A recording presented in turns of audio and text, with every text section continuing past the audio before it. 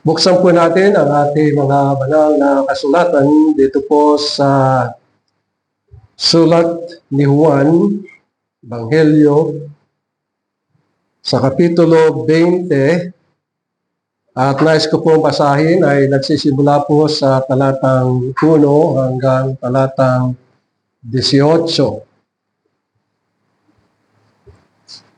Sa Juan, Kapitulo 20. Ganito po ang siyang isinasaad. Nang unang araw nga ng Sanlinggo ay naparoong maaga sa libingan si Maria Magdalena samantalang madilim pa, at nakita ang bato na naalis na sa libingan. Tumakbo nga siya at naparoon kay Simon Pedro at sa isang alagad na iniibig ni Jesus. Nasa kanila'y sinabi, kinuha nila sa libingan ang Panginoon at hindi namin maalaman kung saan nila siya iniligay. Umalis nga si Pedro at ang isang alagad at nagsitungo sa libingan. At sila'y kapwa tumakbong magkasama, at isang alagad ang tumakbong matulin kaysa kay Pedro at dumating na una sa libingan. At nang kanyang tunghan makita at tiningnan ang loob, ay nakita niya ang nakitang niyang nakalatag ang mga kayong lino, at gaymay hindi siya pumasok sa loob. Dumating naman nga si Simon Pedro na sumusunod sa kanya at pumasok sa libingan, at nakita niyang nakalatag ang mga kayong lino. At ang panyo na nasa kanyang ulo ay hindi kasamang nakalatag sa mga kayong lino, kundi bukod na natitiklop sa isang tabi. Na magkagayoy pumasok din naman nga ang isang alagad na naunang dumating sa libingan, at siya'y nakakita at sumampalataya, sapagkat hindi pa nila napag-uunawa ang kasulatan na kinakailangan siya'y muling magbangon sa mga patay. Kaya ang mga alagad ay muling nagsitungo sa kanilang sariling tahanan. Ngunit si Maria ay nakatayo sa labas ng libingan na umiiyak. Sa gayoy, samantalang siya'y umiiyak, siya'y yumuko at tumingin sa loob ng libingan. At nakita niya ang dalawang anghel na nararamtan na nakaupo, ang isa'y sa ulunan at ang isa'y sa paanan, na kinalalagyan ng bangkay ni Jesus.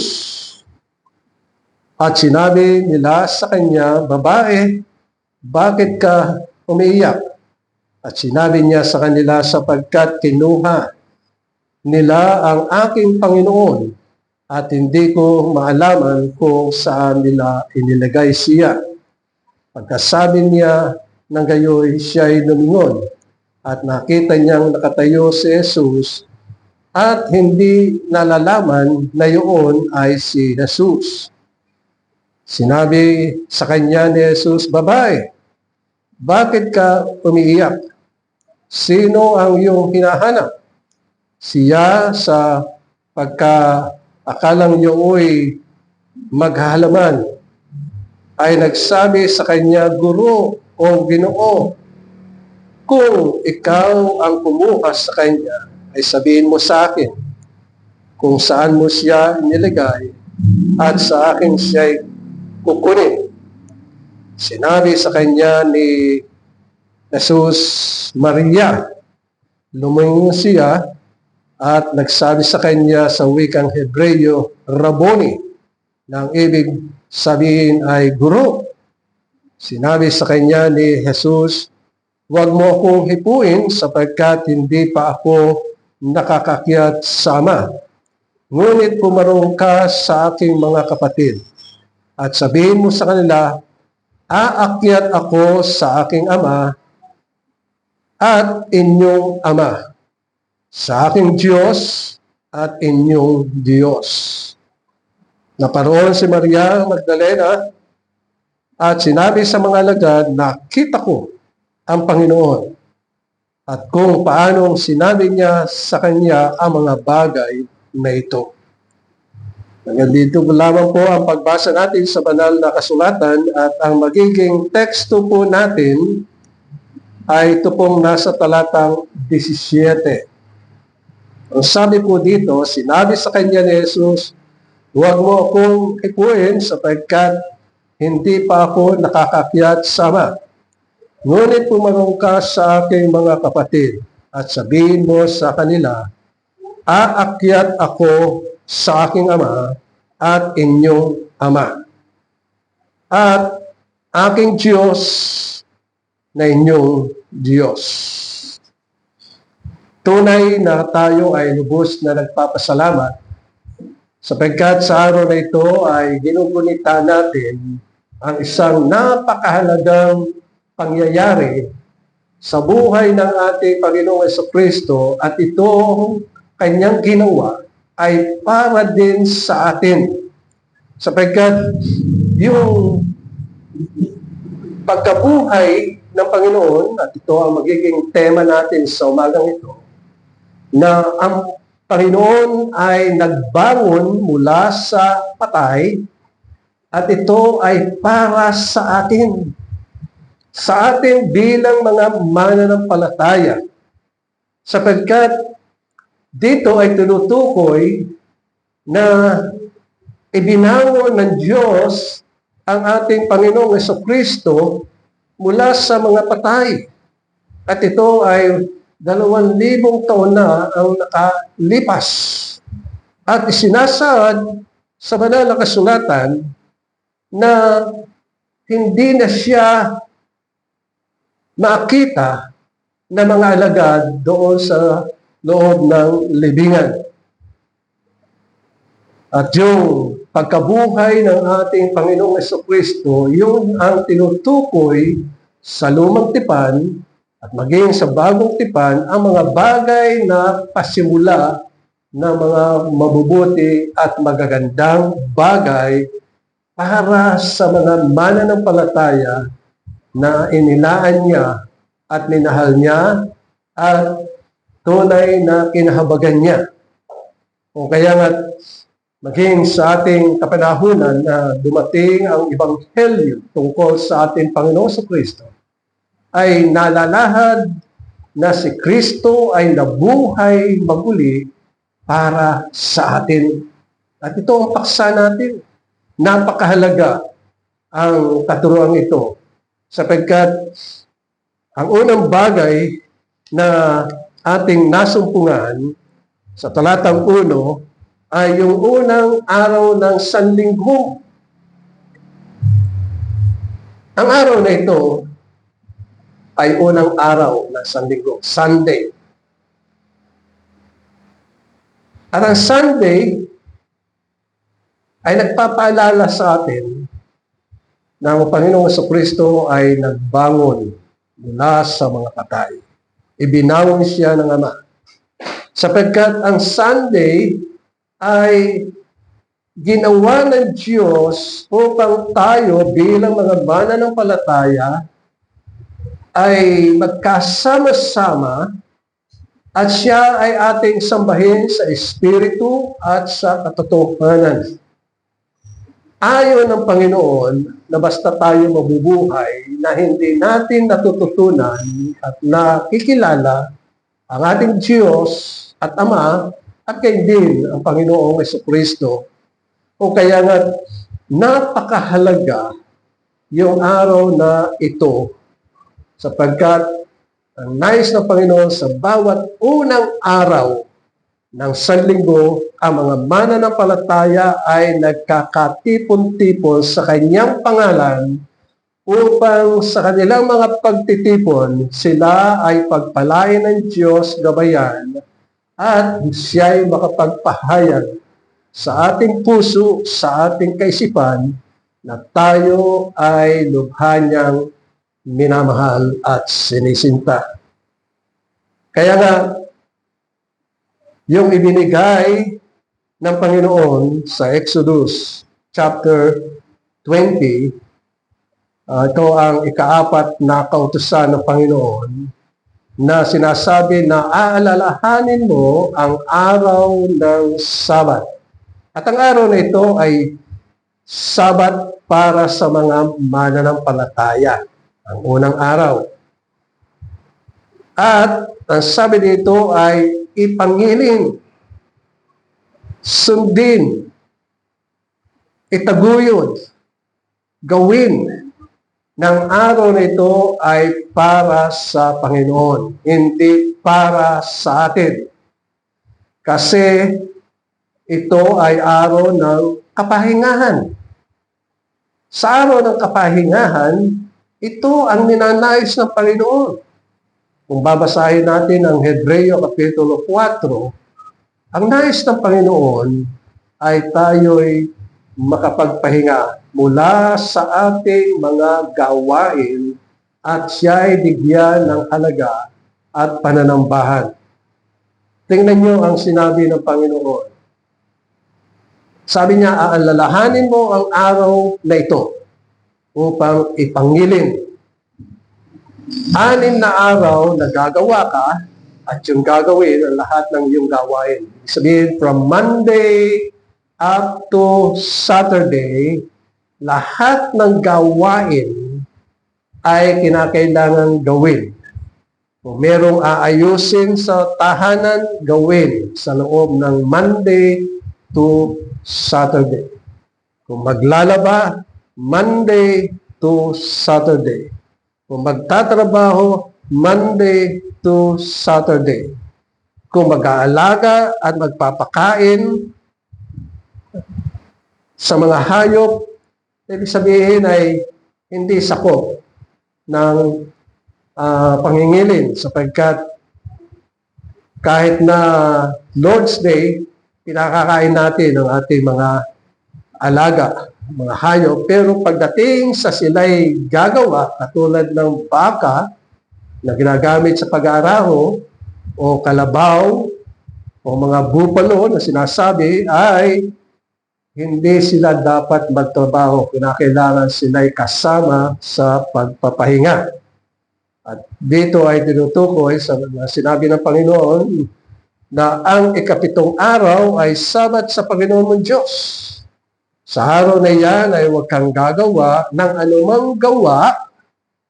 So sinabi dito, anumang gawa. And then, ikaw, ni ang iyong anak na lalaki, ni babae, ni ang mga aliping lalaki, ni babae, ang iyong baka, ni ang iyong tagaibang lupang nasa loob ng iyong mga pintuang daan. Kung may mga bisita kayo, hindi rin pwedeng sila'y magtatrabaho kasama sa pangiling ng Lord's Day.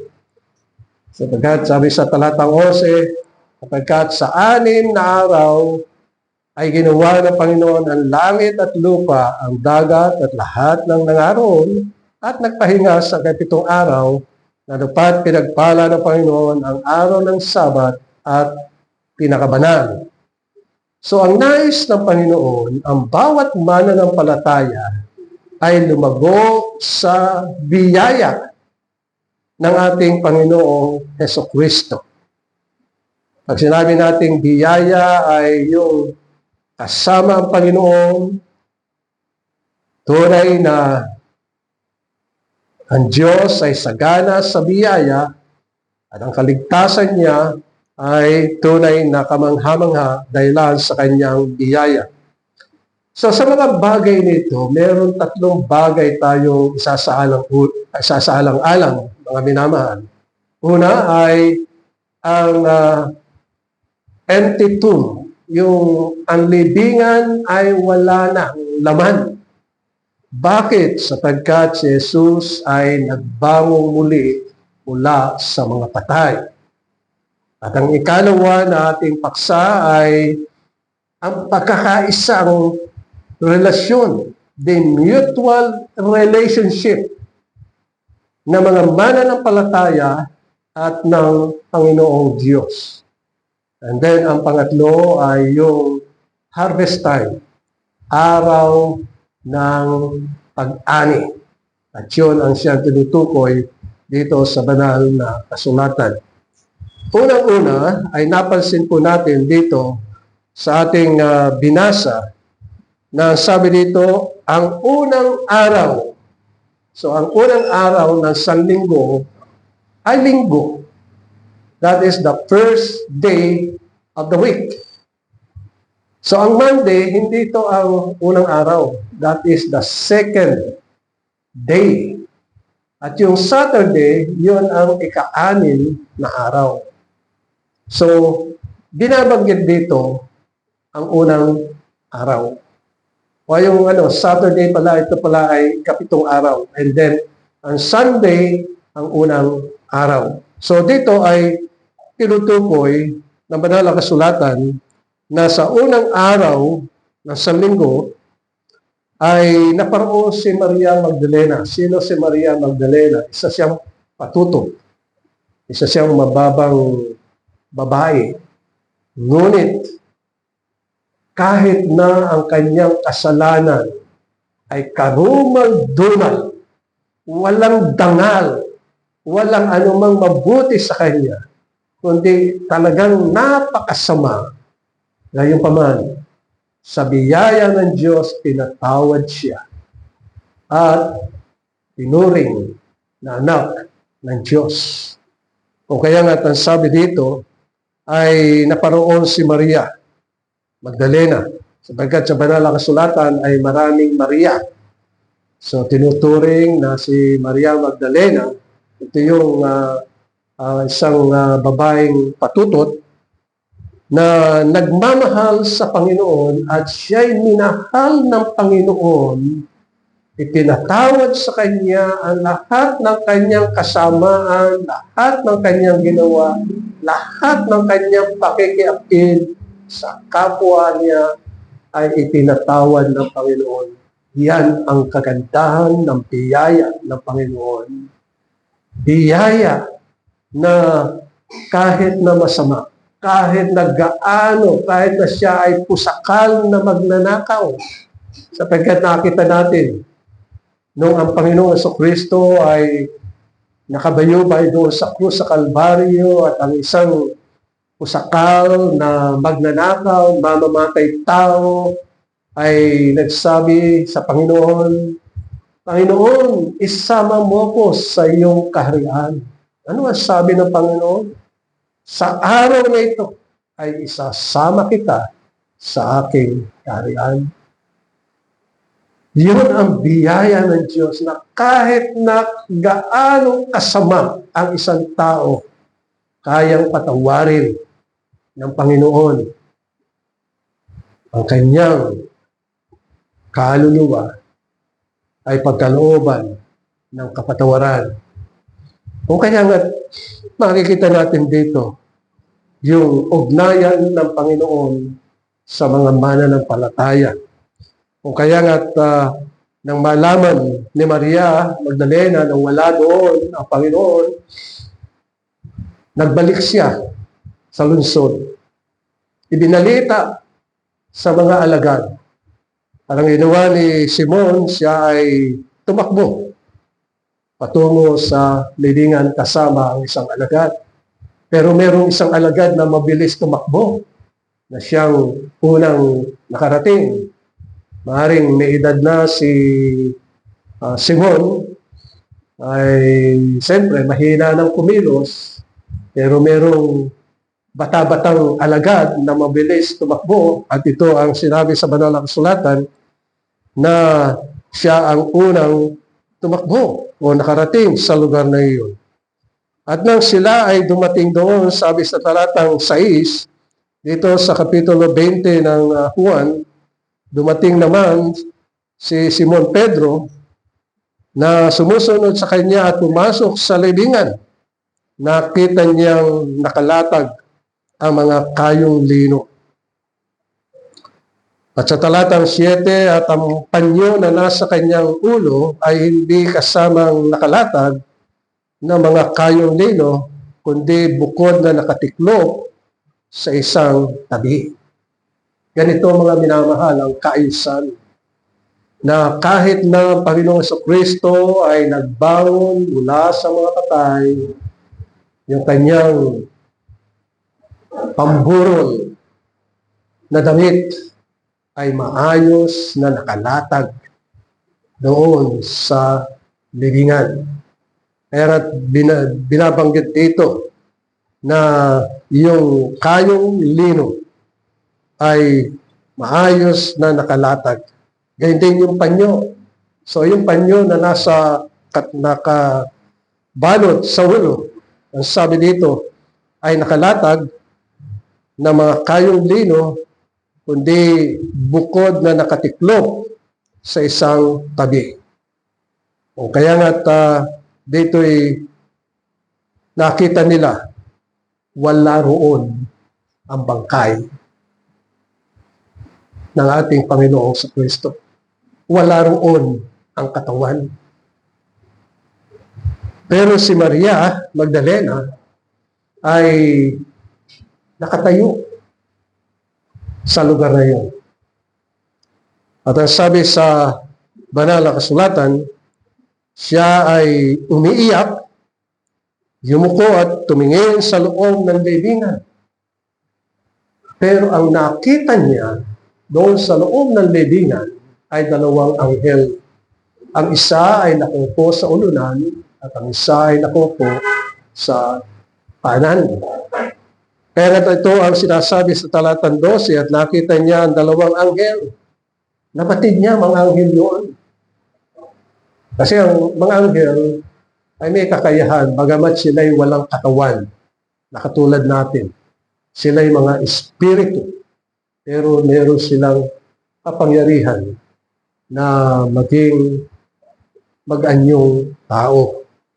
Kahit nakita ng babaeng ito, dalawang anghel na nararamtan, nakadamit, yung nararamtan, ibig sabihin ang puti, maayos ang kanilang pananamit. Na nakupo sa ang isa'y sa ulunan at ang isa'y sa panan na kinalalagyan ng bangkay ni Jesus. At sinabi nila sa kanya, "Babae, bakit ka umiiyak?" At sinabi niya sa kanila, "Sapagkat kinuha nila ang aking Panginoon at hindi ko nalalaman kung saan nila iniligay siya." So kung ating titingnan, mga minamahal, ang kasaysayan, dito ay tinutukoy na ang Panginoong Jesucristo ay ilibing at mailigay na ang batong malaki sa bibig ng libingan. At nang may lapat ito, tinatakan ito ng seal.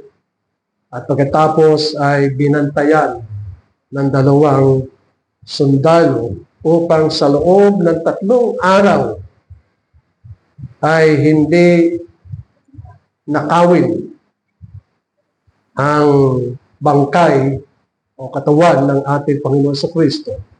Sapagkat nung buhay ang Panginoon sa Kristo, ang sabi niya, siya ay muling mabubuhay pero hindi naunawaan ng mga alagad. O kaya nga dito mga minamahal ay isinasaad na ang mga pangyayari kung papaano na ang Panginoong Kristo ay nabuhay at lumabas doon sa libingan yun, sapagkat sabi sa Mateo Kapitulo 28, talatang 3, ay sinasabi dito, at ang kanyang anyo ay tulad sa kidlat. Ito ay tumutukoy sa anghel na bumaba mula sa langit. At ang yung anghel na yun, ang anyo niya ay tulad sa kidlat. At ang kanyang pananamit ay maputing parang niebe. Pag sinabi natin parang niebe ay talagang nakinang at nakakasilaw sa paningin ng mga tao. At sabi sa talatang 4, at sa takot sa kanya ay nagsipanginig ang mga bantay.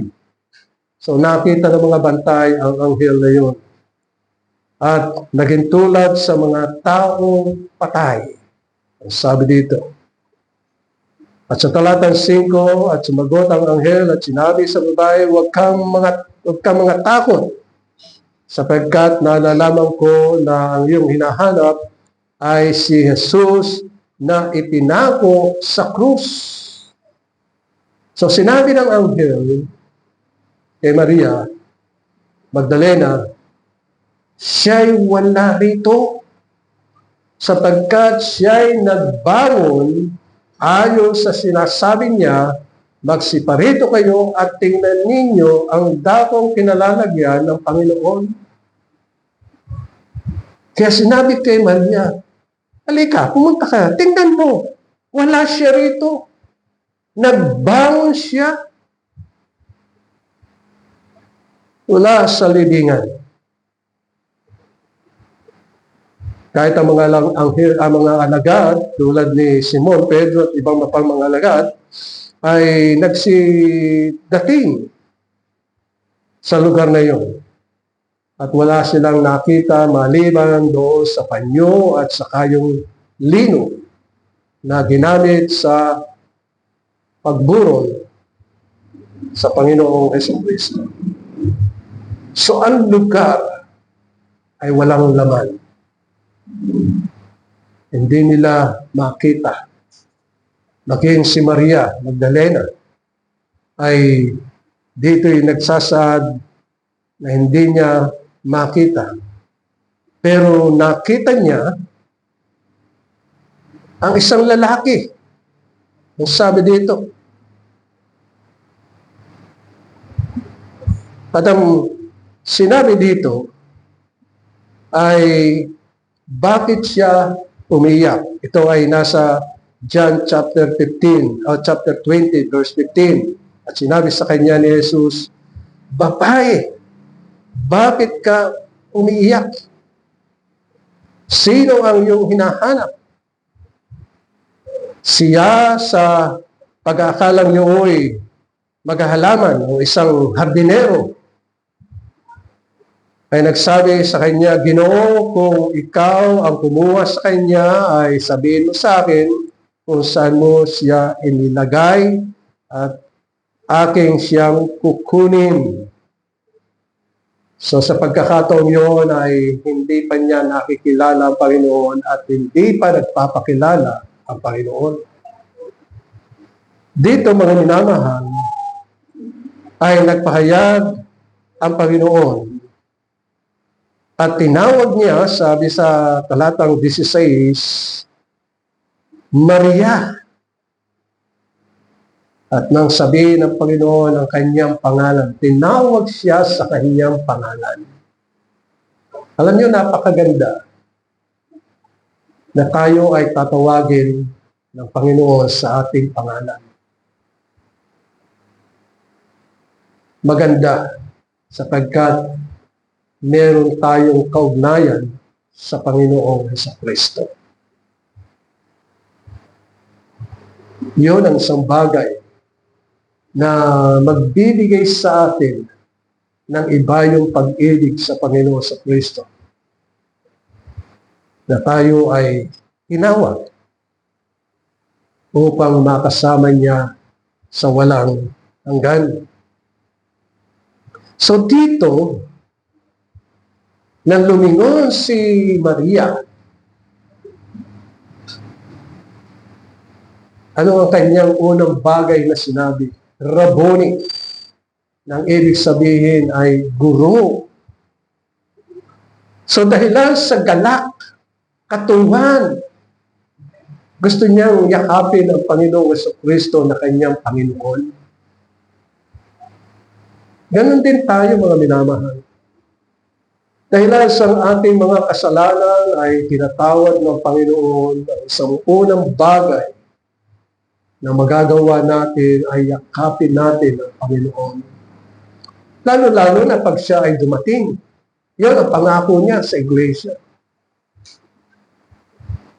Kahit na mga mananampalataya, pag sila ay namatay at kinuha sila sa patungong langit, ano ang sasabihin nila? Ano ang unang bagay na ang aking yayakapin ang Panginoong Jesucristo dahil sa kanyang pagpapatawad at patnubay at kahabagan at pag-ibig at pagsinta. Ito ang karaniwan na paghahangad ng mga mananampalataya ang yakapin ng Panginoon dahil sa kanyang dakilang gawa, dahil sa kanyang pagpapatawad ng ating mga kasalanan. Kaya dito ipinamalas sa Panginoon na siya ay buhay. Sabi sa Revelation, ako'y namatay, ngunit ako'y nabubuhay at mabubuhay magpakailanman. Wala ng kamatayan.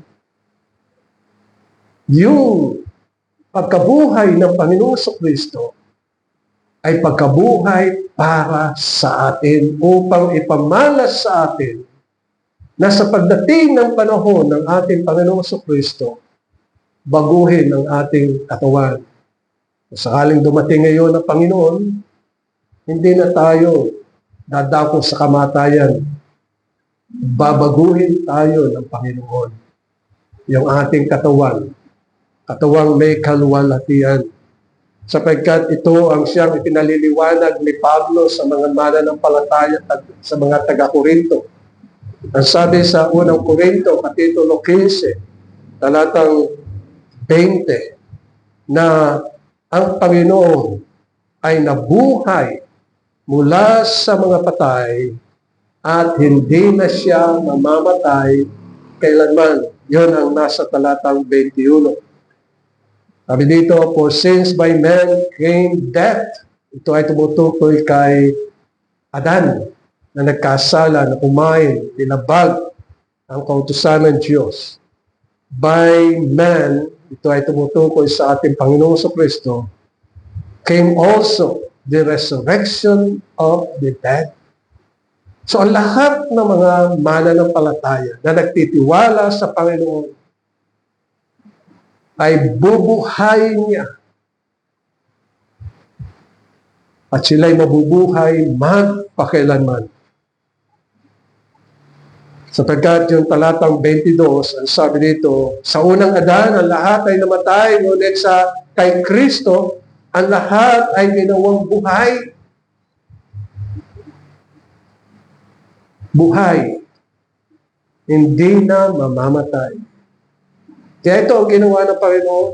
Kaya siya nabuhay ay para mabatid natin, malaman natin na sa kanyang pagdating, tayo'y hindi na mamamatay kailanman. May dalay. Kasi ang isang bagay na mangyayari sa atin ay yung ating katawan kinakailangan mamatay para maputol ang kasalanan. Pero ang ating kaluluwa ay buhay at hindi na mamamatay kailanman. Kaya sabi sa talatang 23 sa unang Korinto kapitulo 50 kapitulo 15 talatang 23, si Kristo ang unang bunga. Kaya naman siya ang unang bunga sapagkat siya lamang ang una na nabuhay mula sa mga patay at ipinamamalas ng Panginoon na siya ang una, the first fruit na binuhay ng Diyos kasama ang mga mananampalataya. Sapagkat ang mga mananampalataya ay kasamang ibinangon ng Panginoong Diyos kasama ng ating Panginoong Jesucristo. Kaya nga't dadating ang wakas. At sa pagdating ng wakas ay tunay na ang lahat ay sa Panginoon magpakailanman. Kaya nang makita ni Maria Magdalena ang Panginoon, hindi siya pinintulutan na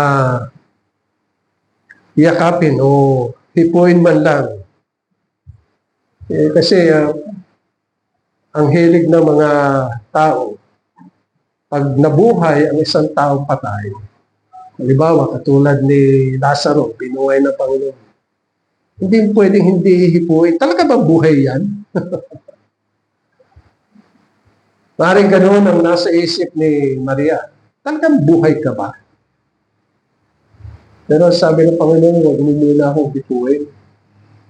At ang napakahalaga na pagkakaisa ng relasyon ay yung sinabi dito ng Panginoon sa verse 17 ng John chapter 20, na sabi dito, aakyat ako sa aking Ama na inyong Ama. Sa aking Diyos na inyong Diyos. Ibig sabihin, ang lahat ng mga mananampalataya na sumasampalataya sa Panginoong Jesucristo, ang kanilang Ama ay yung Ama ng ating Panginoong Jesucristo. Kaya nga sinabi ng Panginoon, kung kayo'y mananalangin, sabihin nyo sa Ama na nasa langit. At yan ay tinuro sa mga alagad. Ganito ako yung mananalangin, Ama namin nasa langit. Sambahin nawa ang iyong ngalan. At kung tayo ay mananalangin, Ama naming nasa langit. Yun ay tumutukoy sa Triune God. Ang Ama, ang Anak, ang Banal na Espiritu. At yun ang ating Ama. At yun ang siyang itinuturo sa atin. Merong tayong Ama na sa walang hanggan ay tayo'y kanyang kinaawaan. Yung ating kalagayan. Kapag tayo ang pinaka-miserableng tao sa balat ng lupa dahil sa kasalanan, ngunit sa kaawaan ng Diyos, hinugot tayo sa pamagitan ng buhay ng ating Panginoong Jesucristo. Tinatawad sa atin ang ating mga kasalanan. Kaya meron tayong Ama. Yung ating Amang yun, ang siyang Ama ng ating Panginoong Jesucristo. Na siya ang puspos ng biyaya. Yung ating Ama. Ano sabi niya, aakyat ako sa aking Diyos. So ang Panginoong Jesucristo sa kanyang pagkatao, meron siyang Diyos. Sapagkat ang Panginoon Jesucristo ay tunay na tao at tunay na Diyos. Sa kanyang pagkatao, sabi niya, meron akong Diyos. Ang aking Diyos ay inyong Diyos. Kasi ang Panginoon Jesucristo sa kanyang pagiging tao, nananalangin siya. He was subject in all the human experience. Nauuhaw siya, napapagod siya, natutulog siya, umiiyak siya, naawa siya, nahabag siya. Sa mga bagay na yun, ay tunay nagpapahayag siya ay tunay na tao. At sa kanya na siya ay nagsasaad na sa aking Diyos na inyong Diyos. Ito ang napakahalagang relasyon sa isa't isa. Sapagkat ang panalangin ng Panginoon para sa atin ay yung nasa John chapter 17 verse 21. Nasabi niya dito, upang silang lahat na mga mananampalataya ito, tinutukoy, ay maging isa. So, tayo ay ninanais ng Panginoon na maging isa. sa layunin at sa ating relasyon sa isa't isa bilang mga anak ng Diyos. Ang sabi dito, naggaya mo, Ama, sa akin. So sabi niya, Ama at ako, siya ay relasyon. Ama sa anak, anak sa ama. Mutual relationship. At ang sabi niya, at yung mga mananampalataya. Kaya sabi niya, upang sila lahat ay maging isa. Nagaya mo, Ama, sa akin, at ako'y sa iyo.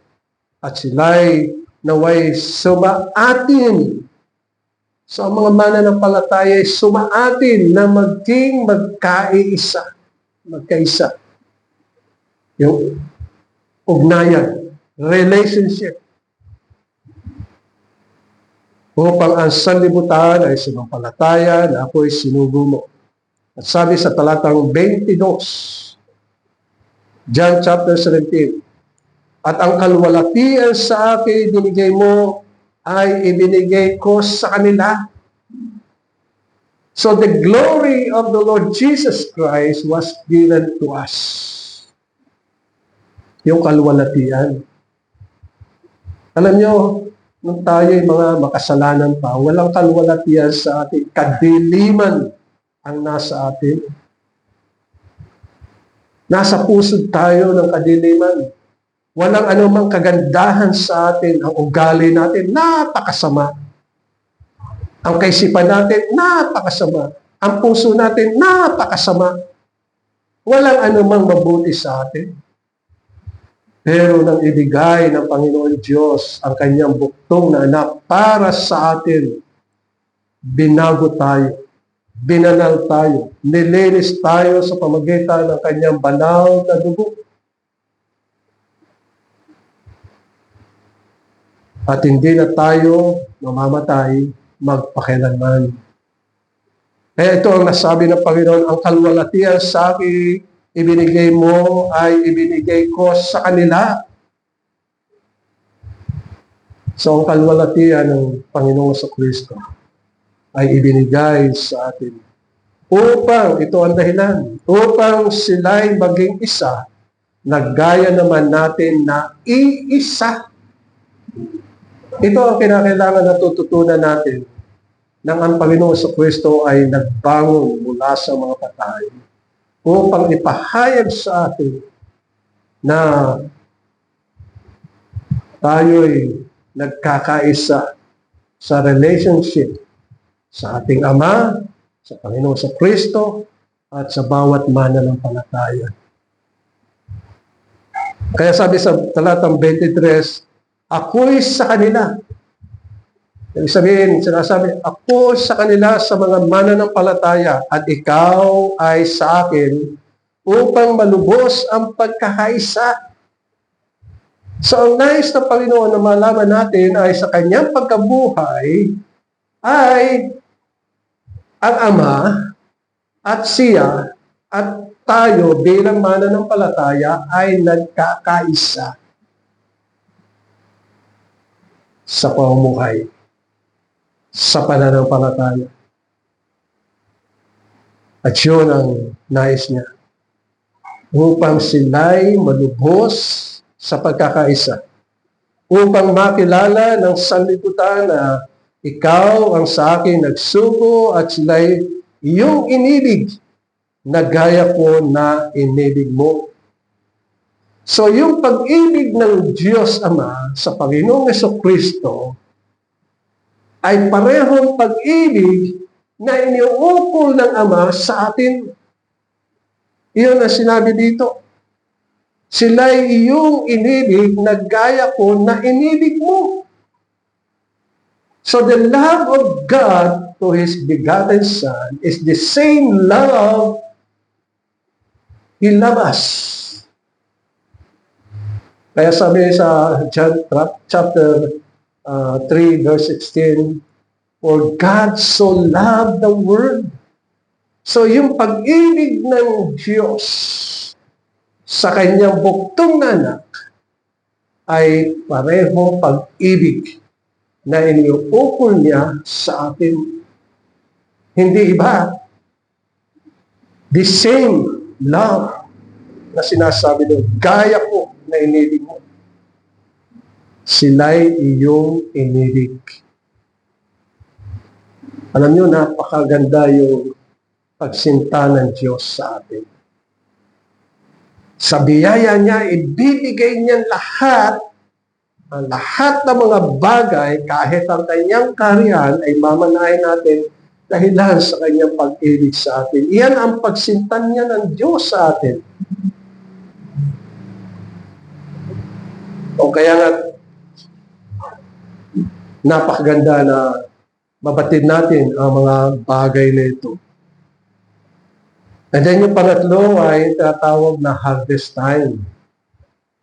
Sapagkat dito ay tinutukoy sa unang Korinto, Kapitulo 15, talatang 20, ang dahilan kung bakit ang Panginoon Kristo ay muling nabuhay sapagkat ang sabi dito, datapwat si Kristo nga'y muling binuhay sa mga patay na siya ang naging pangunahing bunga ng mga natutulog.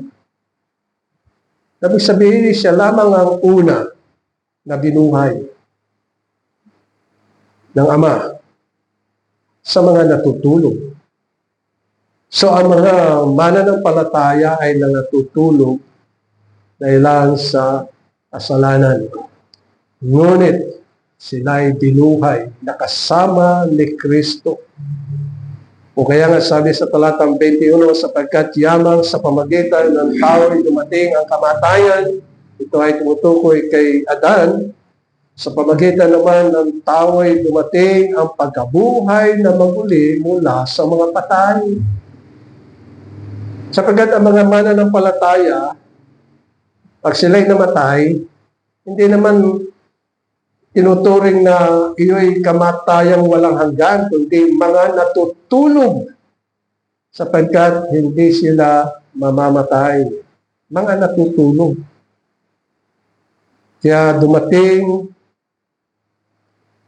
ang pagkabuhay na maguli sa mga patay. Kaya yung pagkabuhay ng ating Panginoong Kristo ay isang bagay na kinakailangan makita natin na ang kay Kristo Jesus ay walang kamatayan. Sila'y buhay magpakailanman. Bihira ang nakakaalam yan. Ang nakakaalam lang yan ay mga mananampalataya. Na kaya ibinangon ng Diyos sa Panginoon sa Kristo upang ibangon din ang mga mananampalataya at sila'y maging buhay. Wala nang kamatayan. Kaya sabi sa talatang 22, sapagkat kung papaano kay Adan ang lahat ay nangamatay, gayon din naman kay Kristo ang lahat ay bubuhayin. Pag sinabing bubuhayin, yung mga nauna na namatay, bubuhayin sila. Kaya pinapahayag ng pagkabuhay ng ating Panginoon sa Kristo, lahat ay bubuhayin. Hindi lahat ng tao, kundi lahat lamang ng mga sumasampalataya sa Panginoong Hesus Kristo ay bubuhayin sapagkat ang Panginoon sa Kristo ang pangunahing bunga. At pagkatapos, ang Panginoon ay darating. Kaya nasabi ni Pablo na hindi dapat nalulungkot ang mga mananampalataya kung dumating ang kamatayan. Maliwanag yun sa Thessalonica, Kapitulo 1 ng Thessalonica, Kapitulo 4. Pero dito sa Korinto, sabi sa Unang Korinto, Kapitulo 15, talatang 42, gayon din naman ang pagkabuhay na maguli ng mga patay, tinatanim na may kasiraan, binubuhay na muli na walang kasiraan. So ang pagkabuhay na maguli ay wala ng kapintasan. Wala ng it's blameless, kundi kaganapan. O kaya nga, ang sabi dito sa 43, itinatanim na may pagkasiphayo o kalungkutan, binubuhay na maguli na may kalwalhatian. Tinatanim na may kahinaan, binubuhay na muli na may kapangyarihan. At sabi sa talatang 44 na itinatanim na may may katawang ukol sa lupa, binubuhay na muli na katawang ukol sa Espiritu. So ang pagkabuhay ng Panginoon ay Espiritu, yung kanyang katawan, spiritual. Hindi na siya makalupa. Dati nasa lupa siya, nung magbangon siya, at idinawin siya ng Ama. Ang katawan niya ay hindi na panglupa, kundi panlangit. Ganon din ang mga mananampalataya ay bubuhayin muli. Kaya sabi sa talatang 44, tinatanim na may katawang ukol sa lupa, binubuhay na maguli na katawang ukol sa Espiritu. Kung may katawang ukol sa lupa, may katawang ukol sa Espiritu naman. Kaya hindi naman nasusulat ang unang taong si Adan ay naging kaluluwang buhay, ang huling Adan, ang Panginoon sa Kristo, ay naging Espiritong nagbibigay buhay. Bagaman ang ukol sa Espiritu ay hindi siyang una, kundi ang ukol sa lupa, pagkatapos ukol sa Espiritu. So nang ang Panginoon sa Kristo ay magbangon mula sa mga patay, siya ay nagtataglay ng spiritual body. Makalangit na katawan. Hindi na mamamatay kailanman. Ito ang hiwaga na ginawa ng Panginoon nung siya ay mabuhay na maguli.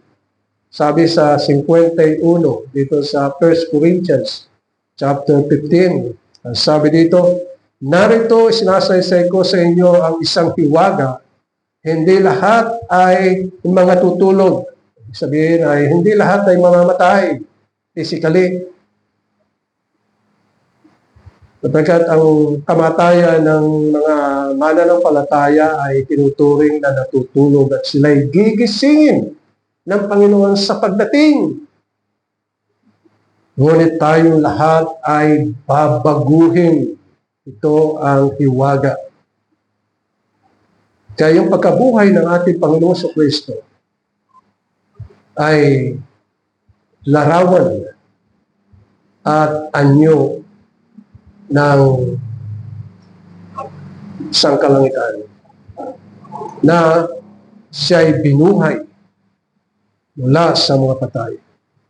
Kaya sabi sa 52, sa isang sandali, sa isang kisap mata, sa huling pagtunog ng pakakak, yung pakakak ay sabihin ay trumpeta, sa huling pagtunog ng trumpeta, sapagkat tutunog ang mga trumpeta, at ang mga patay ay mga bubuhay na maguli na walang kasiraan. Tayo'y babaguhin. Wala nang kapintasan, wala nang kasalanan, wala na ganap na katawan.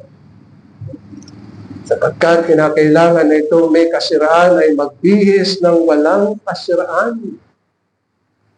At itong may kamatayan ay magbihis ng walang kamatayan. Yan ang panahon ng pag-aani ng Panginoon.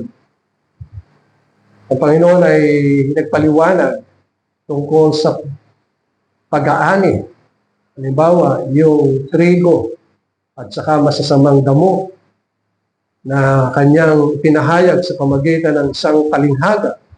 Yan din ang kanyang gagawin sa mga tupa at mga kambing, paghihiwalay niya, may pag-aani. Sa ating kapanahunan ay nagtatanim tayo ng palay. At kuminsan sumisibol ang mga masasamang damo. Kaya pagdating sa pag-aani, inaalis ang masasamang damo at ibinubukod ang mga palay. Sapagkat ang palay ang kailangan natin, hindi masasamang damo. Ganyan ang mangyayari. O kaya nga, sa pagkabuhay ng Panginoon, ipinakita niya ang buhay na makalamit, ang buhay na ninanais ng Ama, na lahat ng sumasampalataya ay maging katulad ng Panginoong Kristo, sapagkat sila'y kasamang ibinago ng Panginoon mula sa kamatayan. Amen. Maraming salamat po, o aming Diyos at aming Ama, sa iyong mga salita at tunay na laging nakatuon ang aming kaisipan sa iyong pagkabuhay na maguli, na iyong ipinapahiwatig pa ang mga bagong bagay na iyong ginawa at gayon din sa amin. Maraming salamat, Panginoon, at ito po ang aming dalangin sa matamis sa pangalan ni Jesus. Amen.